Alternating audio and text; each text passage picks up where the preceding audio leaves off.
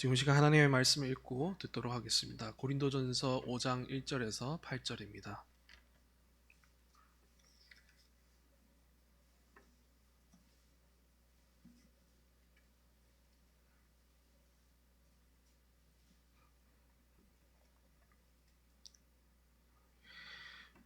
함께 교독하시고 마지막 절을 같이 읽도록 하겠습니다. 제가 먼저 시작하도록 하겠습니다.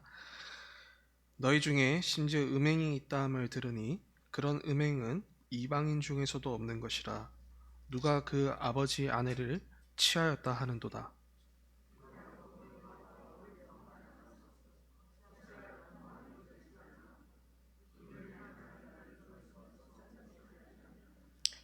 내가 실로 몸으로 떠나 있으나 영으로는 함께 있어서 거기 있는 것 같이 이런 일 행한 자를 이미 판단하였노라.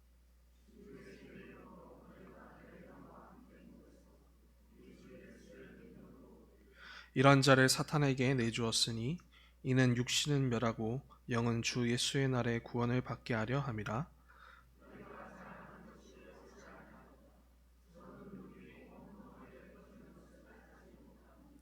너희는 누룩 없는 자인데 새 덕원이가 되기 위하여 묵은 누룩을 내버리라. 우리의 유월절 양 곧 그리스도께서 희생되셨느니라. 이러므로 우리가 명절을 지키되 묵은 누룩으로도 말고 악하고 악의에 찬 누룩으로도 말고 누룩이 없이 오직 순전함과 진실함의 덕으로 하자. 아멘. 사도는 고린도 교회를 향해 편지를 쓰면서 늘 강조하는 것이 있었습니다. 바로 그것은 교회의 정체성입니다.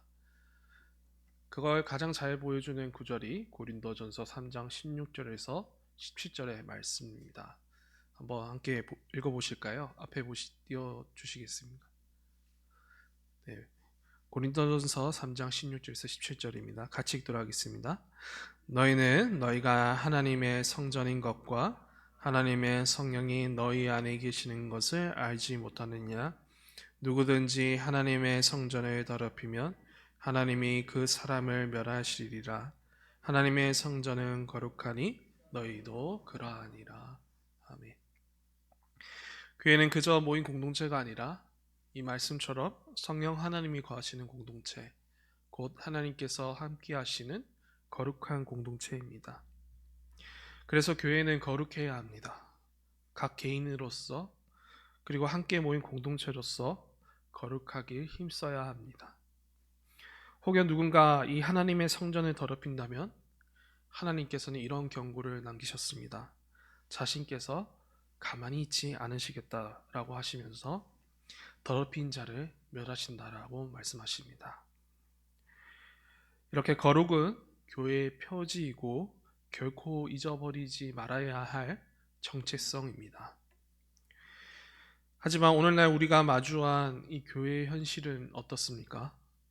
교회 공동체 안에 그리고 각 성도의 그 심령 안에 이 거룩이라는 표대가 점점 무너져 가고 있습니다. 교회 안에서 일어나지 말아야 할 일들이 일어나고 있습니다. 성적인 문제, 그리고 사기, 그리고 심지어는 가정이 깨어짐과 동시에 불륜이 일어나고 또 뿐만 아니라 많은 범죄 사건들이 교회 안에서 일어나고 있는 현실을 마주하고 있습니다. 쉬지 않고 들려오는 이 일들로 인해 우리는 더욱 심각한 후유증을 남게 되는데요.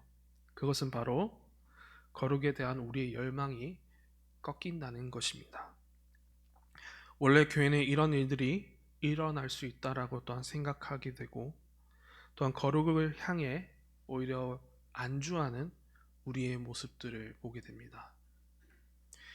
그리고 때로는 오히려 교만해지고 또한 그 교만이 넘치고 또한 그 일들을 자랑스럽게 여기면서 회개하지 않는 일들도 비일비재하게 나타납니다.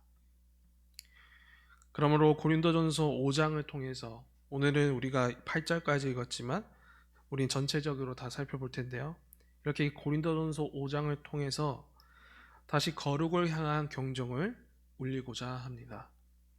각 개인뿐만 아니라 함께 모인 교회로서 우리 모두 하나님이 거하시는 거룩한 성전임을 다시 깨닫고 거룩함을 위해 힘차게 달려나가길 소망합니다.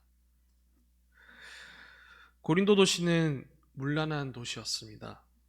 도시 중앙에는 그리스도 로마 신화의 미의 여신이라고 불리는 그 아프로디테를 섬기는 아프로디테를 섬기는 신전이 있었습니다. 그곳을 섬기는 여사제들은 남자들을 유혹해서, 그 도시에 살고 있는 남자들을 유혹해서 제사를 드리는데, 그 제사는 성관계의 제사였고 이런 말하지 못할 많은 음행들을 저질렀습니다. 그리고 그 음행들을 통하여서 고린도라는 도시를 매우 문란하게 만들었죠. 당시 이런 관용어까지도 생겼습니다. 문란하고 음행을 행하는 자들을 향해 이 고린도 사람아, 이렇게라는 그런 속된 말까지도 생겨났습니다. 그만큼 고린도 도시는 많이 문란하고 음행이 아주 평범하게 일어났던 도시였죠. 이러한 도시 속에서 고린도 교회가 세워졌습니다. 그들은 정결하고 거룩한 교회로 부르심을 받았습니다. 이 문란한 문화와 그 관습 앞에서 맞서 싸워야 했고 함께 거룩을 향해 힘써야 합니다. 그래서 사도는 지금 우리가 읽은 이 고린도전서, 이 편지 전에 고린도와 교회와 함께 그 열심을 다루었습니다. 그것을 2장 9절에서 10절이 증거하는데요. 2장 9절에서 10절 이렇게 사도가 말합니다. 내가 너희에게 쓴 편지에 음행하는 자들을 사귀지 말라 하였거니와, 이 말은 이 세상에 음행하는 자들이나 탐하는 자들이나 속여 빼앗는 자들이나 우상 숭배하는 자들을 도무지 사귀지 말라 하는 것이 아니니, 만일 그리하려면 너희가 세상 밖으로 나가야 할 것이라. 사도는 고린도 교회를 생각하며 처음 편지를 썼을 때 이런 말들을 남겼습니다. 음행한 자들을 사귀지 말라는 권면을 전했는데요. 비록 교회가 이 세상 가운데 있기 때문에 정말 도무지 안 사귀는 것, 도무지 이 세상 사람들과 완전한 단절을 하지 않는 이상은 여기 말한 것처럼 다 안 사귀는 건 불가능하겠지만은, 그만큼 밖에서 불어오는 이 타락한 도시 문화와, 그리고 탐하는 자들, 그리고 음행하는 자들, 그리고 속여 빼앗는 악한 자들, 그리고 우상 숭배하는 자들로부터 거룩함을 지켜가라고 당부했습니다. 하지만 지금은 큰 문제가 생겼습니다. 밖에서부터 불어오는 이 문제가 아니라 오히려 교회 안에서 이 교회 안이 세상보다 더 타락하게 된 것이죠. 그것이 바로 오늘 우리가 읽었던 본문의 시작입니다. 5장 1절에서 2절입니다. 너희 중에 심지어 음행이 있다함을 들으니 그런 음행은 이방인 중에서도 없는 것이라.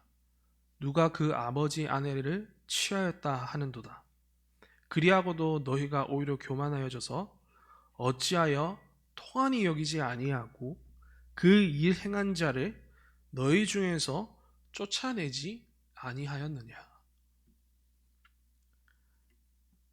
사도가 들은 소식은 가히 충격적이었습니다. 누군가 교회 안에 하지 말아야 할 음행을 행했다는 것이죠. 사도는 이 일이 자신의 상식조차도 뛰어넘었는지 여기서 이렇게 표현하죠. 심지어, 이 심지어라는 부사를 표현하면서 매우 놀랍니다. 그만큼 일어나서는 안 될 일이 이 교회 안에서 일어났다라는 것이죠. 바로 어떤 사람이, 그 고린도 교회에 있는 어떤 이가 자기 아버지의 아내를 취하는, 바로 어머니를 자신의 아내를 취하는 근친상간의 음행을 저지른 것입니다. 심지어 이 근친상간은 저 타락한 도시에 사는 그 고린도 이방인들조차도 하지 않는 일입니다. 율법도 금지한 일이겠지만 인류의 자연법조차도 금지된 일을 세상보다 더하게 교회가 지금 그것을 행하고 있다라는 아주 충격적인 소식을 사도가 들은 것이죠. 그런데 더 심각한 건 무엇이냐면 고린도 교회가 이 심각성을 깨닫지 못했다라는 점입니다. 2절을 보면 또 어떻게 표현이 되냐면 고린도 교회의 상황을 설명하고 있는데요. 2절에서 그리하고도 너희가 교만하여져서라고 이렇게 표현합니다. 또한 6절에 가보시면 이 상황에 대해서 이 고린도 교회가 오히려 자랑하고 있다라고 말합니다. 이는 고린도 교회가 이 근친상 간의 결혼을 축하해주고 있다라는 상황입니다. 이 결혼을 박수치면서 이방인들조차도 안 하는 그 일을 하면서 서로 축하하고 있다라는 아주 말이 안 되는 상황이 펼쳐지고 있습니다. 이런 고린도 교회의 엽기적인 상황은 자연스럽게 그들이 회개하지 않는다라는 것을 보여줍니다. 그들은 이 일을 정말 통한이, 여기서 통한이 여기지 않는다라고 하는데 이 통한이는 정말 마음을 찢듯이 애통하는 그 마음을 표현하고 있습니다. 정말 죄로 여기지 않는다라고, 그리고 이것을 왜 이렇게 자연스럽게 여기면서 하나님 앞에서 더욱더 죄를 만들어가고 있는 그들의 모습을 보여주고 있습니다. 마음을 찢지도 않고, 더군다나 이 심각한 죄를 저지른 자를 내쫓는 그런 치리도 행하지 않은 채 그들은 이것이 틀리지 않다라고 생각하면서 그렇게 살아가고 있습니다. 참으로 안타까운 모습입니다. 고린도 교회가 어쩌다가 이렇게 이 안타까운 모습으로 변하게 되었을까요? 사도가 처음 편지를 전했을 때는 고린도 교회는 분명 이런 모습이 아니었을 겁니다. 그러나 시간이 지나면서 그들이 점점 교만에 빠지면서 그들은 이방인조차도 안 하는 일들을 행하게 된 것입니다. 이 정도는 괜찮겠지. 어차피 우리가 속한 이 세상이 이 지경인데 우리가 이렇게 하면 어떤들 라고 스스로 속이면서 거룩해지길 거부하고 안주하는 그들의 쓸데없는 교만함 때문입니다. 또한 하나님의 뜻보다 자신의 욕망과 거짓을 쫓으려는 그들의 부질없는 자랑 때문이기도 합니다. 우리가 계속해서 살펴보았던 그 고린도 교회의 그 분열의 문제 속에서 고린도 교회가 어떠했냐요? 고린도 교회는 늘 사람의 지혜와 그 생각을 자랑했습니다. 결국 그 자랑을 의지했던 교회가 말씀을 떠나게 되었고 더 이상 거룩을 향한 열망을 품지 못해서 오히려 이방인보다 더 못한 모습으로 변하게 된 것입니다. 지금 고린도 교회는 밖에서부터 불어오는 바람으로 인해 쓰러지는 것이 아니라 안에서부터 싹이 튼 이 교만과 그리고 자랑으로 인해 썩어져 가고 있습니다.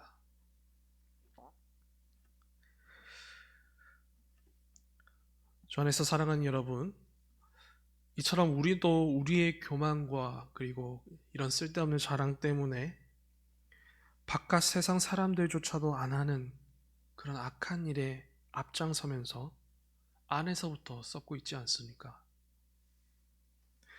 고린도 교회는 그 일이 음행이었지만 음행뿐만 아니라 우리가 다른 악한 일에도 앞장서고 있지 않습니까? 혹여 더 이상 거룩해지기를 개인적으로나 그리고 공동체적으로나 주저하고 또한 안 주저하면서 더 이상 힘을 쓰지 않는지 우리 스스로를 잘 돌아봐야 할 것입니다. 만유의 주여 교회의 머리이신 그리스도께서는 우리가 거룩해지길 바라십니다. 성령으로 더욱 변화되어서 하나님을 사랑하고 이웃을 사랑하는 그런 거룩한 교회가 되길 바라십니다. 그러므로 우리 모두 이어지는 그런 사도의 말을 통해서 이 거룩을 향한 우리의 의지를 다시 불태우길 소망합니다.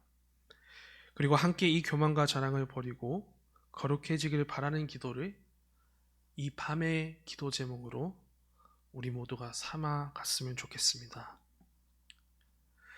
이어서 바울은 그들 스스로 거룩함을 위한 판단을 내리는 것을 어려운 것으로 생각하고 자신이 직접 고린도 교회를 세운 사도의 건의에 따라 7일을 시작합니다. 그 7일을 시작하는 내용이 5장 3절에서 5절입니다. 한번 같이 읽도록 하겠습니다. 시작. 내가 실로 몸으로 떠나 있으나 영으로는 함께 있어서 거기에 있는 것 같이 이런 일을 행한 자를 이미 판단하였노라. 주 예수의 이름으로 너희가 내 영과 함께 모여서 우리 주 예수의 능력으로 이런 자를 사탄에게 내주었으니 이는 육신은 멸하고 영은 주 예수의 날에 구원을 받게 하려 함이라. 바울은 지금 그들과 육체적으로는 함께하지 못합니다. 그들은 떨어져 있습니다. 하지만 한 성령 안에서 고린도 교회와 하나된 몸이요 그리고 사도로 부름을 받은 그 직분자로서 그에게는 치료할 권한이 주어집니다. 바울은 사도로서 그 자신이 맡은 직분에 따라 이 주 예수의 이름과 그 능력으로 고린도 교회를 향한 그 7일을 시행하는데요. 바로 그가 시행한 7일은 그 심각한 음행을 저지른 자를 내쫓는 출교 명령입니다. 출교, 많이 들어봤지만 낯선 단어이기도 합니다. 출교는 교회 안에서 악한 일을 행하고 회개하지 않는 자들을 향해 구약 때부터 내리신 하나님의 무서운 벌입니다. 교회는 주 안에서 모인 거룩한 백성들의 모임이죠. 근데 이 출교는 그 모임에서 더 이상 들어올 수 없다라는 것을 뜻합니다. 이제 한 몸이 아니라 혼자가 되는 것입니다. 혼자 저 소망 없는 세상 속으로 나아가야 됩니다. 생명의 양식을 먹지 못한다는 그 수찬 정지, 그 벌을 넘어서서 그들은 사탄이 기다리는 곳에 그곳에서 혼자 있어야 됩니다. 이것이 출교입니다. 그래서 초대교회는 출교를 무엇이라고 표현하냐면 오늘 5절에서 나오죠. 이 출교를 사탄에게 내주었다라고 표현합니다. 이처럼 사도 바울은 그들을 향해 강력한 벌을 내립니다. 이방인들보다도 더 심한 죄를 지은 자를 향해 엄중하고 무서운 주님의 시선으로 대합니다. 우리가 앞서 살펴본 분열의 문제에서도 사도는 이런 7일을 행하지 않았습니다. 그러나 사도는 이 문제만큼은 더 이상 인내하지 않습니다. 아주 심각하게 다루면서 특별히 5장 11절에서 13절에서는 이에 관한 부가적인 또한 출교 명령을 또한 제정하는데요. 음행뿐만 아니라 혹여 한 몸의 지체가 된 자가 바로 형제로 불린 교회 지체가 탐욕을 부리거나 우상을 숭배하거나 모욕하거나 술 취하거나 속여 뺏는 자까지도 내쫓아야 한다라는 아주 강력한 출교 명령을 제정합니다. 이전에 쓴 편지에는 이런 악행을 행하는 밖에 있는 자들과의 사귐을 금지했더라면 지금은 이 안에서, 교회 안에서 악행을 행하는 형제들과의 사귐도 금지한 것입니다. 물론 출교의 시행은 신중해야 합니다. 사도도 분명 이를 알고 있었고 악행을 행하는 형제를 향해 끊임없이 회개할 것을 권면하고 기다렸을 겁니다. 부디 몸이 찢겨지는 이 출교의 일들이 일어나지 않기를 바랬을 겁니다. 다시 돌아와서 한 몸으로서 거룩해지기를, 한 가족으로 있기를 누구보다도 바라면서 기도했을 겁니다. 하지만 끝까지 고린도 교회 안에 그 회개의 열매가 없었기 때문에 사도는 형제라 불렸던 자를 다시 찢어내라는, 그 출교라는 이 애통의 벌을 내리는 겁니다. 하지만 출교는 동시에 하나님의 자비이기도 합니다.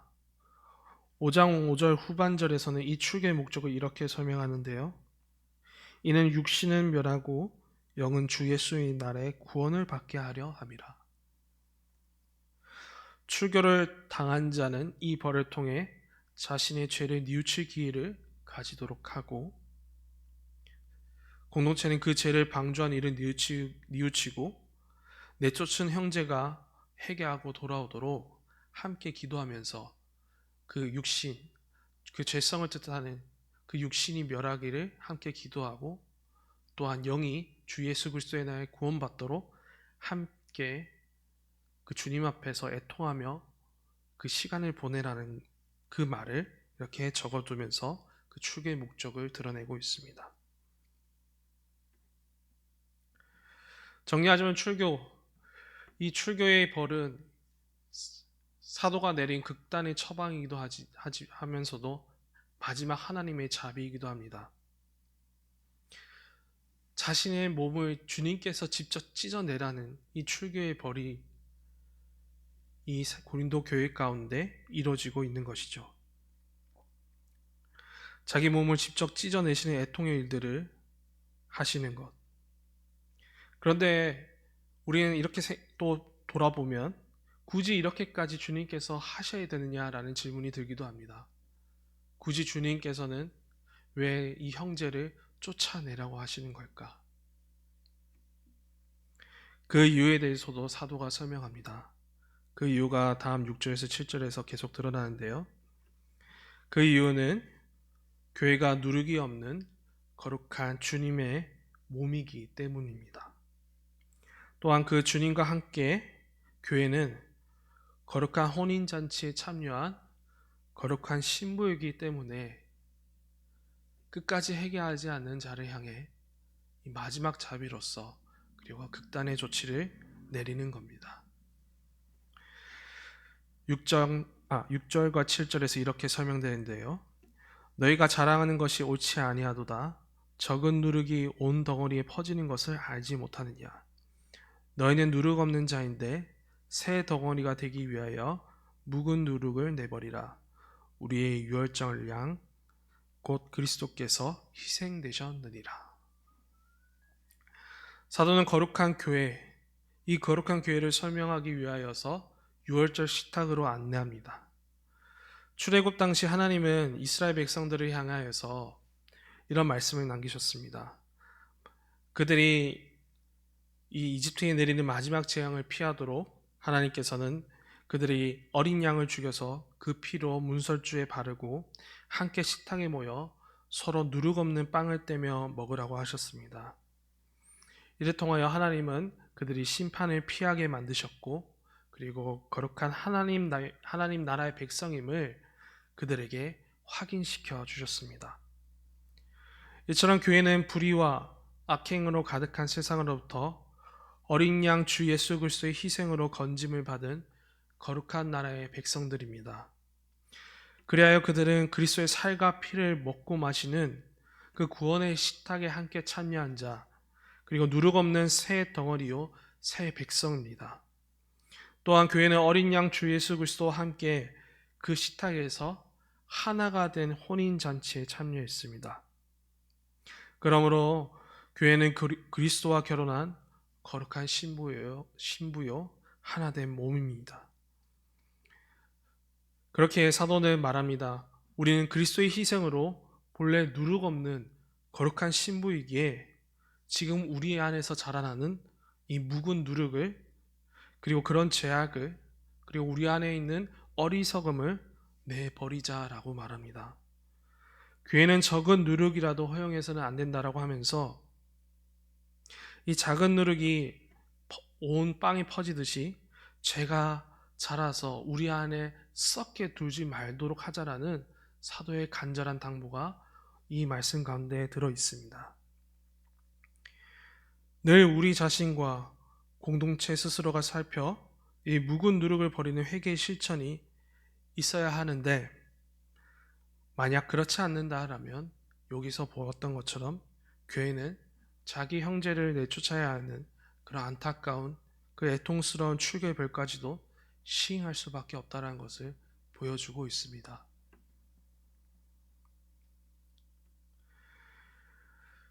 바라옵기는 우리 모두는 이 일에 이르지 않길 원합니다. 물론 주 예수의 날에 구원을 받도록 이런 벌들을 우리가 시행할 수 있으나, 어쩌면 이러한 일들이 시행되는 것은 우리 모두 죄에 대하여 토한히 여기지 않고 이방인들보다도 더 심해져 있다는 것을 방증하고 있습니다. 부디 우리 모두가 이 거룩한 교회임을 잊지 말아야 합니다.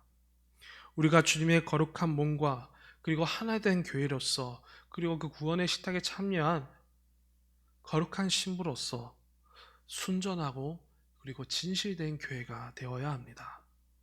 이러한 당부, 이러한 주님의 간절한 당부가 오늘 읽었던 마지막 8절에 담겨 있는데요. 마지막 8절을 함께 읽으면서 오늘의 말씀을 맺도록 하겠습니다.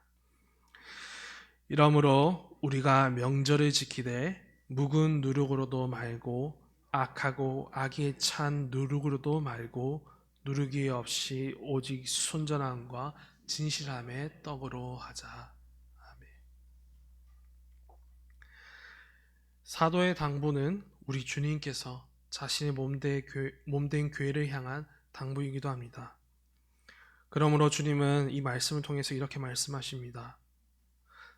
자신과 함께한 이 혼인잔치를 지키자라고 말씀합니다. 여기 나타난 명절은 원어로 잔치입니다. 이 잔치는 교회가 거룩한 신부로서 그와 함께 하나 된 혼인잔치를 의미합니다. 그렇습니다. 주님께서는 교회를 향해 너희는 세상에 속한 자가 아니요 나와 한 몸이 된 자라고 말씀하십니다. 너희는 나의 신부요 내 사랑하는 자라고 말씀하십니다. 그러니 부디 묵은 누룩을 버리고 악하고 악의에 찬 누룩도 버리라고 하십니다. 여전히 남은 백성들, 교만과 자랑과 음행과 우상숭배와 속이는 것과 탐욕과 그 모든 것들을 성령을 의지하며 다 태워 거룩하라고 말씀하고 계시는 겁니다. 그리하여 하나님만을 바라보는 그런 순수함을 가진 순전한 교회로서, 그리고 늘 말씀대로 하나님을 사랑하고 이웃을 사랑하는 그 말씀을 지키고 그 말씀을 간직하는 진실된 교회로서 살아가 그 거룩한 혼인잔치에 참여하는 떡이 되라고 말씀하시는 겁니다. 주 안에서 사랑하는 여러분, 이러한 주님의 말씀이 오늘 우리 가운데 들려지고 있습니다. 이 땅에 많은 교회들의 거룩함이 무너져 가고 있는 이때에 우리 모두 주님의 말씀을 깊이 새기면서 순전하고 진실된 교회가 되길 진심으로 소망합니다. 다시 거룩의 푯대를 세우길 소망합니다. 고린도 교회처럼 누룩이 퍼지도록 두어서 이방인들보다 더 타락해져 가는 것이 아니라 늘 주님 앞에서 함께 말씀으로 겸비하고 늘 함께 거룩하길 기도하며 이 거룩의 여정을 걸어나가길 원합니다.